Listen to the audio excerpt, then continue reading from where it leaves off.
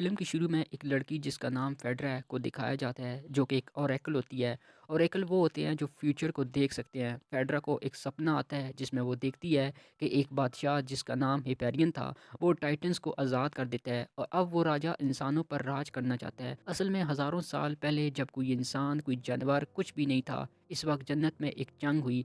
जो इस जंग में जीते इन्हें देवता बना दिया गया, और जो इस जंग में हार गए इन्हें टाइटन्स कहा गया और पहाड़ों के कैफेस में इन्हें हमेशा के लिए कैद कर दिया गया। इस जंग में एक तीर कमान भी था जिसमें बहुत सी शक्तियां थीं, लेकिन वो कमान इस जंग में खो गया था। इस जंग को हज़ारों साल बीत चुके हैं और अब सब लोग इस जंग को भूल गए हैं। अब हम देखते हैं किंग हिपेरियन को, जो अब दोबारा टाइटन्स को दुनिया में लाना चाहता है, जिसके लिए इसे इसी तीर कमान की ज़रूरत थी ताकि इस कमान की ताकत इसके पास आ जाए। एक गांव में थीसिस को दिखाया जाता है, जो कि अपनी माँ के साथ रहता था। थीसिस को देवताओं पर बिल्कुल यकीन नहीं था, लेकिन थीसिस की माँ काफ़ी मजहबी औरत थी। थीसिस एक अच्छा तलवारबाज भी था। फिर गांव में सिपाही आते हैं जो ऐलान करते हैं कि किंग हिपेरियन के सिपाही हमला करने वाले हैं, इसलिए गांव के सभी लोगों को पहाड़ों की दीवारों के पीछे चला जाना चाहिए। थीसिस अपनी माँ के साथ वहाँ से जा रहा होता है कि तभी एक सिपाही इसे माँ की गाली दे देता है। ये सुनकर थीसिस को बहुत गुस्सा आ जाता है और वो सिपाहियों से लड़ना शुरू कर देता है। इतनी देर में इनका कमांडर भी वहाँ आ जाता है, जो थीसिस को समझाता है कि ये आपस में लड़ने का वक्त नहीं है, इसलिए थीसिस लड़ना छोड़ देता है। कमांडर कहता है कि तुम जैसे बहादुर लोगों की हमें जरूरत है, तुम तलवार भी अच्छी चला लेते हो, लेकिन थीसिस इसका साथ देने से इनकार कर देता है। कमांडर फिर इस सिपाही को फौज से निकाल देता है जिसने थीसिस को गाली दी थी। फिर वो सिपाही अपनी फौज से बदला लेने के लिए किंग हिपेरियन के पास चला जाता है और इसे थीसिस के गांव का पता बता देता है। हिपेरियन के लोग इस गांव पर जाकर हमला कर देते हैं और काफी लोगों को मार डालते हैं, और हिपेरियन थीसिस की मां को भी मार डालता है और सिपाही थीसिस को पकड़ कर ले जाते हैं। अपनी मां की मौत पर थीसिस टूट जाता है। आसमान के देवता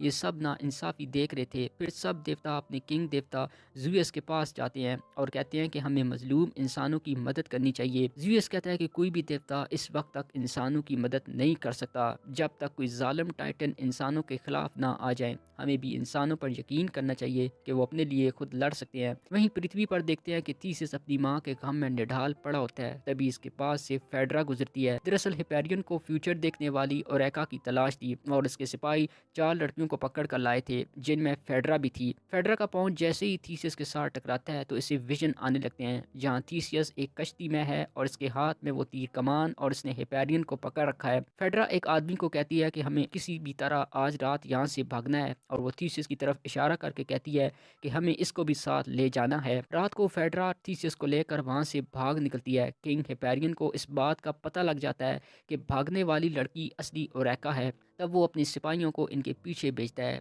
इसके सिपाही वहां पहुंच जाते हैं जहां थेसियस और ओरेका के लोगों ने पनाह ले रखी थी। हिपेरियन के लोग इन्हें घेर लेते हैं। तभी एक देवता समंदर में छलांग लगाते हैं, जिसकी वजह से समंदर की लहरें हिपेरियन के सिपाहियों को बहा ले जाती हैं। इसके बाद थीसियस अपने गांव में दोबारा जाता है जहां इसकी माँ की लाश पड़ी होती है, जहां वो अपनी माँ को ताबूत में दफना देता है।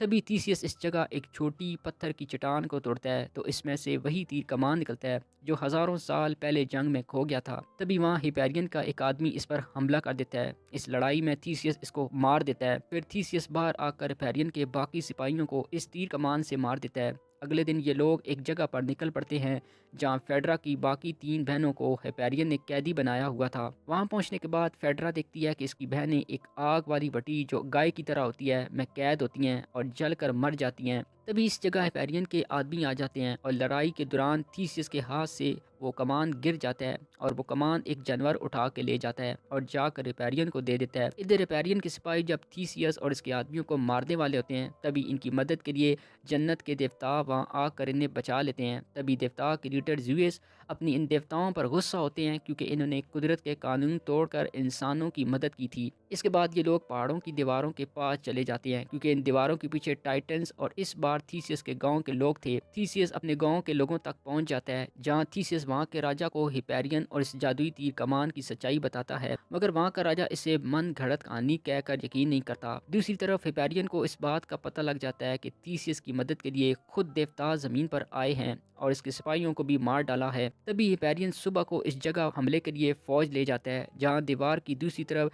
थीसियस के लोग थे और वो दीवार बहुत मजबूत थी। लेकिन हिपेरियन इस शक्तिशाली कमान से इस दीवार पर निशाना लगाता है और वह दीवार टूट जाती है और हिपेरियन के लोग हमला कर देते हैं। हिपेरियन अंदर घुसकर वहाँ के राजा का सर उड़ा देता है। हिपेरियन इस जगह पहुँच जाता है जहाँ टाइटन्स कैद थे, और हिपेरियन इस जगह तीर चलाता है और एक ज़ोरदार धमाका होता है और टाइटन्स बाहर निकल आते हैं और वो कत्लेआम मचाना शुरू कर देते हैं। अब आसमान के देवता भी टाइटन्स के खिलाफ धरती पर आ जाते हैं और एक बार फिर युद्ध होता है और देवता टाइटन्स को एक एक करके मार देते हैं और देवता ज़्यूस इस तीर कमान को भी तोड़ देते हैं ताकि इस कमान को अब कोई और इस्तेमाल ना करे, और वो दोबारा जन्नत में चले जाते हैं। इधर थीसियस और हिपेरियन के बीच लड़ाई होती है।